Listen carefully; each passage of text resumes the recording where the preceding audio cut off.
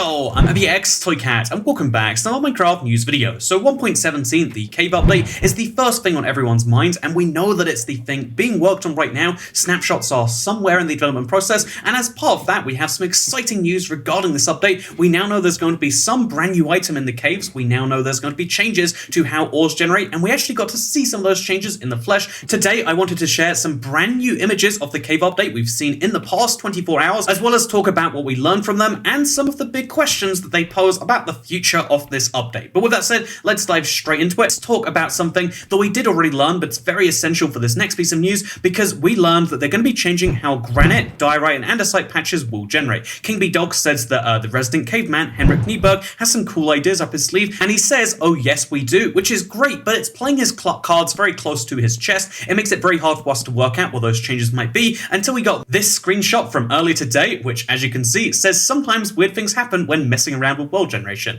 The villagers up there look mighty confused, and then it's a village floating above the Minecraft terrain. If we take a closer look at this, we can see how it's mostly current looking terrain for the most part, just with a floating village. This is a developer blooper. It's really fun, and that's great. There's nothing more to see here, except actually, maybe there is something more to see here. If we zoom into the background and look really closely, you'll spot something you wouldn't see in modern day Minecraft, because in the background there, kind of on the side of the cliffs, you can see there's some stone exposed. That is normal. You can see there's some andesite exposed. That is normal. Except, wait a minute, is that, diorite andesite block right there appearing in big zigzaggy lines? Yes, it is. You can see on the left, then you can see it continuing a little bit more to the right and forwards. There is a very much line-shaped pattern of the diorite. Instead of being a big splodge, like they described it as before, there is now a very distinct line of diorite, although it could just as easily be granite or andesite, it seems like. But there is a very distinct line of that, and this is a really small change that will have a big impact on how you play Minecraft. I mean, it's a small change because the splodges go from big kind of zigzaggy lines,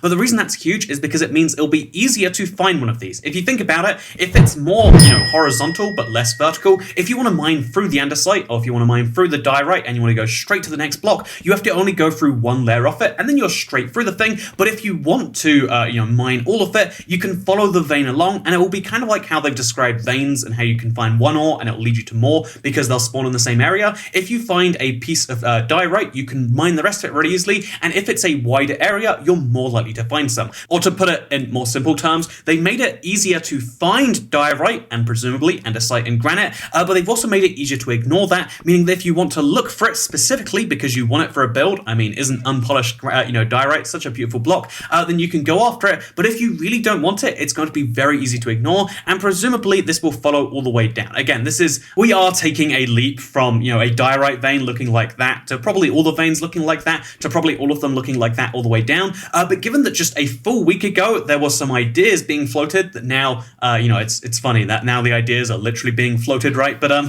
we went from a week ago ideas being floated to this actually being in a screenshot. It makes me think that this is either the permanent solution or at least the one that they're using going forwards, unless they can come up with a better one. So we'll see when 1.17 comes around if this sticks, but I think that it just might. So speaking of Henrik Nieberg, he is the caveman.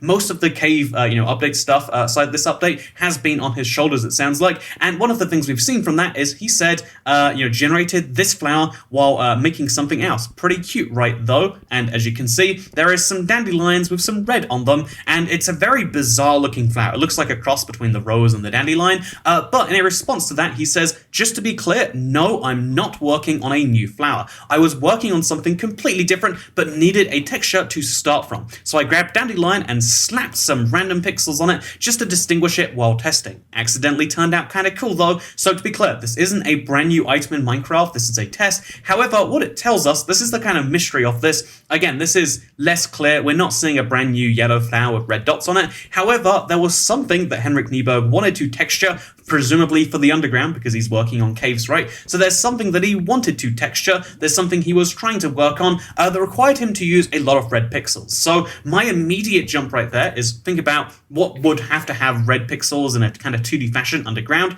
Something redstone related, right? Something to do with either fire or redstone, and that makes me think that there's going to be some brand new underground block. It's not going to be a flower, although there's lots of new flowers coming because of the lush caves. There's going to be some other item that you can find in a particular type of cave, or that's going to help out with the cave generation. Super interesting stuff, in my opinion. But you know what else is super interesting stuff? This tweet from Echo Soldier. He's a good YouTuber friend of mine, and he tweeted out, just fun for his fan base, saying, what parity features are you wanting most from Minecraft, Java on Bedrock? There's a lot of things that Java has that Bedrock doesn't. There's a lot of things Bedrock has that Java doesn't. There's a big divide between them. And obviously, if you're mostly a Bedrock player, the things you care more about are not the things you have that Java doesn't. It's the things Java has that you don't. So that's why it's so interesting when perhaps David, Cornhard MC, one of the Minecraft developers, responds by saying, I'm working on adding one currently. It's oh so often that whenever a brand new thing comes out, we get excited and then we think like, okay, it's definitely coming to both versions, right? And then we get so focused on the new stuff, we forget about all the big list of changes they still need to work on. I mean, even the aquatic update, even the 1.14 update, Village and Pillage, even the Never update had features which were on Java and not Bedrock, and had some weird Bedrock exclusives, you might call them, although I would call them bugs for the most part. There's a lot of things that are different about the updates, even though right now they're trying as hard as they can to have update parity. They're trying as hard as they can to make it so you can play either version of Minecraft and not get confused by updates, but there are still many things missing, and that's why it's great to see David, or Cornerhard MC, confirm that there are in fact more being worked on currently, and he specifically is working on one. And this is pretty notable because his main thing he does, even though he's a Minecraft developer, he works on realms, so he's kind of either doing that simultaneously, working on it separately. Again, I can't tell you how Mojang's work schedules work, but it's cool to see that making the game work better between platforms is something they care about deeply, and I would love to know what that feature is, because historically, Cornhard MC, it's been super interesting to follow his passions, because he really likes the survival game. I mean, he obviously runs the Realm team. It makes sense that he would like the base game of Minecraft quite a bit, but it's quite fascinating to see that, the kick feature, something that anyone who's ever actually played Realms with strangers, or even friends of friends, right? Like, your friends of friends have no loyalty to you. So this is something that seems like so mean, and it doesn't have a place in a game like Minecraft, but anyone who actually plays the game is like, no, just because it's Minecraft, it doesn't mean people, don't do awful things to each other. There was no real way to kick, and then he worked, that sort of stuff out. So I'm there's a lot of other features that you can pin down directly to him, and I'm curious to see what this, parity feature is. I would love to know more about that, and if you would like to know more about any of these things, because although there's a lot we can talk about today, I would love to dive more into what that item could be underground. I would love to dive more into so there's going to be a new way of diorite, andesite, and granite generating. I hope this means, if they've looked at those things already, in a week we went from diorite, and andesite, granite being a problem to, oh yeah, we've got an idea for that, to it's in the game. Are they going to be changing how existing ores work? I mean, we know they're going to be looking at certain existing structures. They're changing certain existing caves. Maybe all the rest of the ores and underground blocks will be changing as well.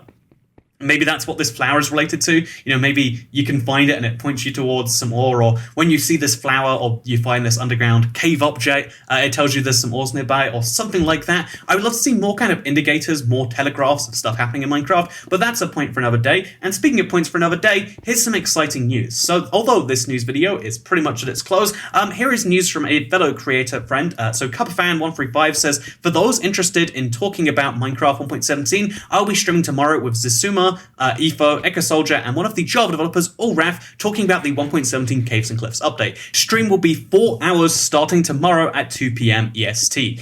So again, first of all, if you want to find that, obviously, now you know. Second of all, this is really cool because Allraf, who is the Java developer, the reason this is newsworthy, talking about the Caves and Cliffs update, I mean, we can all talk about the Caves and Cliffs update without developer backing. It's just saying words, right? Like, hey, I think it would be cool if there were caves that led into more caves that went below bedrock. But there's nothing when I say it, but if a developer says it, like perhaps Allraf, it means a lot more. One of the cool things about Allraf, Cornerhard MC's actually been doing this as well, but one of the cool things about Allraf is he's been Twitch streaming and talking at least some amount about the cave update. Obviously, he can't announce too much, but if they're having a dedicated talk about 1.17, a 4-hour discussion, I imagine we'll get some reveals. Some of those reveals might just be small things, might just be archaeology-related things, because that's obviously Allraf's big thing. But it's really exciting to see the Minecraft team engaging with the community better than we've seen in a very long time. We had this kind of dead period from where Dinnerbone and Jeb stopped interacting so much with the community,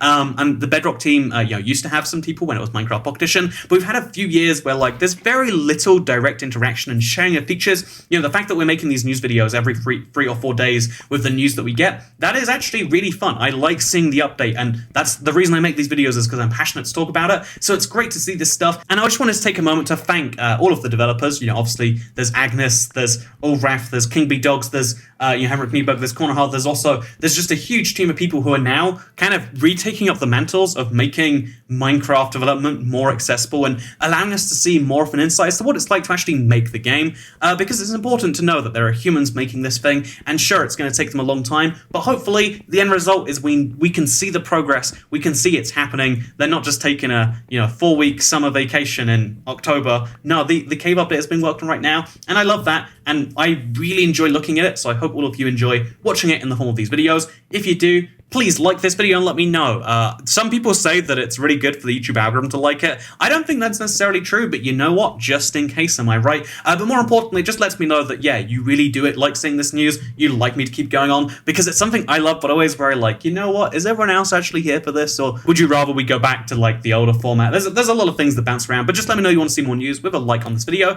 Thank you for watching, and I'll see you next time. Goodbye.